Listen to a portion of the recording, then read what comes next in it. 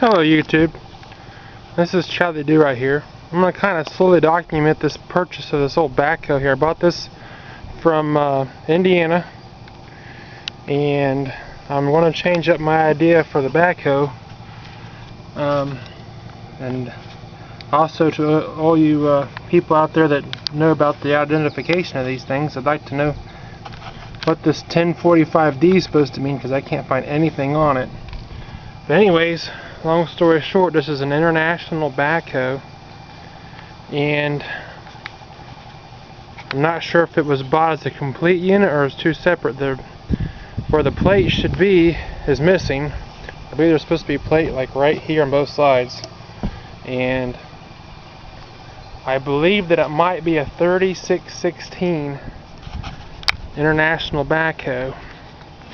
Now the only real true identifiers I can give is the engine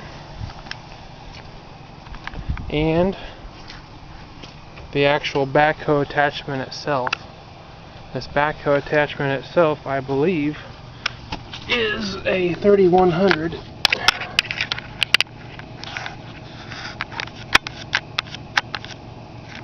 Well, you can't really read that, can you?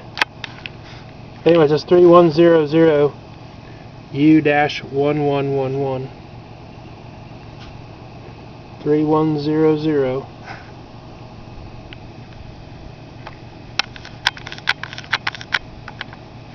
U-1111. As far as problems, there's plenty. I need a seat. Now the gauges are all the original ones that were there. I already started working on it, so I had this for a little bit over a week. If you can see, this whole backhoe unit has shifted. It's going to require probably some welding. The rear axle seals are leaking. It's got back tires need replacing. There's a problem down here in the frame. You can tell there's numerous repairs that have already been kind of made to it, so I need to kind of get that cleaned up and fixed properly the best that I can. This is the right rear axle. Looks like they might have a bolt missing or something there too, so it's definitely not ready to just operate. Now this is a shuttle shift. This is somebody's throttle here. I think there's supposed to be a fuel pedal there. They've improvised this onto it. Brakes. And the engine itself is currently frozen, and allegedly it worked up to 3 years ago. So in this, I don't know what the deal is here, but they've bypassed the secondary filter. So I noticed that when I first started messing with it when I got it home. So I had to get a hose going from here to here, from here up to here rigged up. And allegedly the reason why they stopped using it 3 years ago is because they couldn't get it to work, and I can tell that they were trying to do something, because this is a return fuel line and it's been removed and this has been replaced. And as far as other stuff I've already been working on, I pulled all 6 of these out, and it looks like I think a lot of them have been replaced. The glow plugs, I pulled them out, put a bolt with a rubber O-ring in them, and completely filled each one of those passages the best I could up with transmission fluid.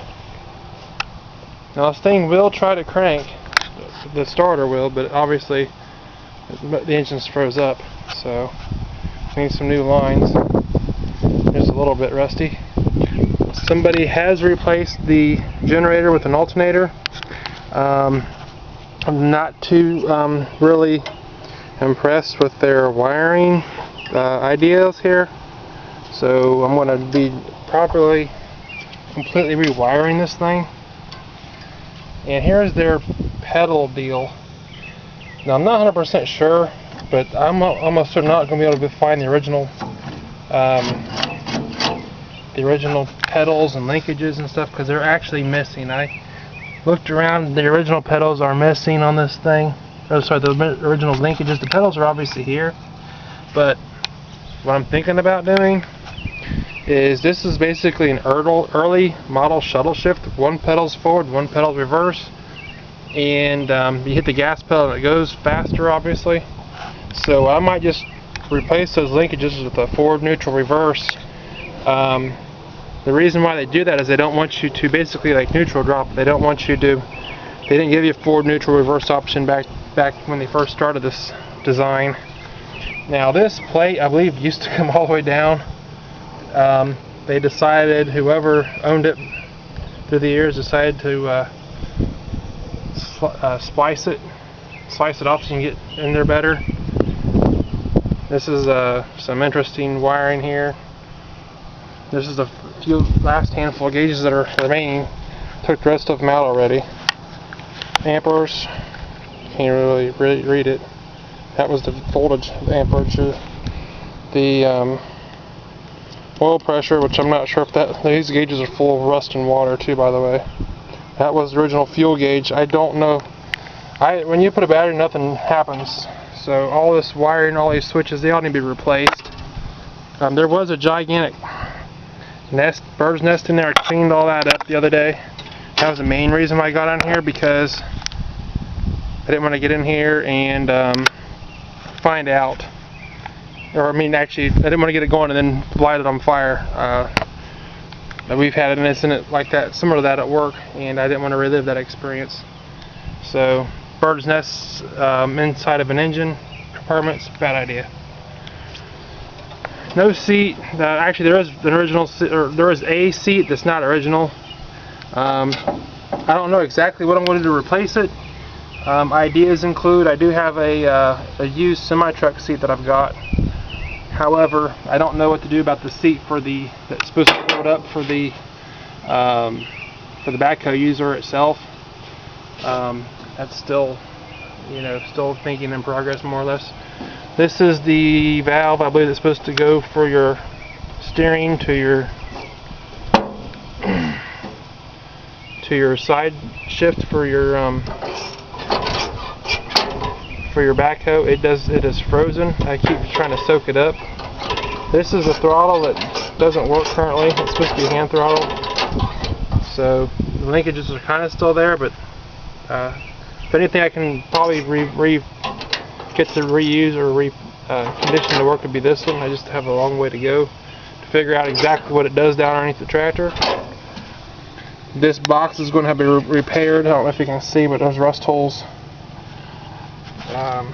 right there. We had to take this out and repair it where a battery drops in there. The other battery drops in on the floorboard over here. There's supposed to be panels here. They're both missing.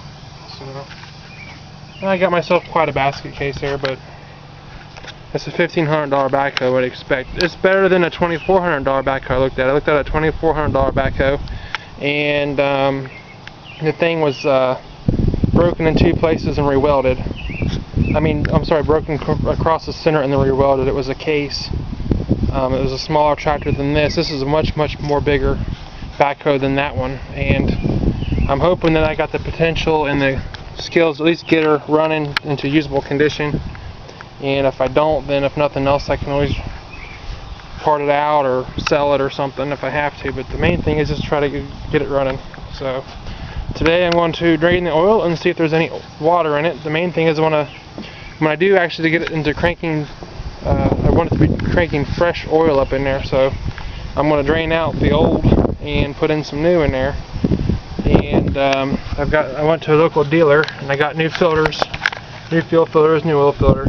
So, and another thing I almost forgot to point out is that I'm hoping that somebody had a heater in here and maybe the heater went out or just started leaking, but this is missing out of it. And right next to it there is another one that's been replaced. So I'm hoping that maybe their coolant just got like kind of acidic and started eating these away, and they did not do any other damage inside the motor.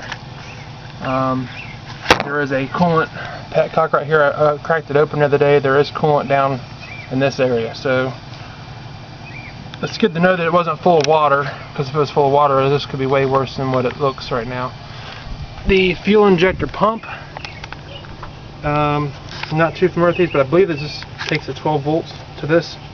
There's a hot wire right here that somebody's added to it, so I might kind of make sure this wire is still good. If not, I might have to replace it. So, but allegedly this is the reason why they stopped driving it, was because this was not functioning properly. But it could be lots of reasons. I know it's about out of fuel. If you run, everybody knows you run diesel out of fuel, you're in trouble. So the fact that this has got a hose missing and things like that, I want to try to put this back as close to original as it should be. I'm thinking about making a low pressure fuel pump system so that I can have I can see what if I have fuel pressure or not. It'd be easier to tell if I have a fuel pressure at the lower end. Because if I have low pressure at the lower end, it means I should have delivery to this pump. That's a little trick I did to my dad's old tractor. So don't really want to put a lot of money into it, but I just want to put enough in it to get it going. So wish me luck. Chad the Do Right out.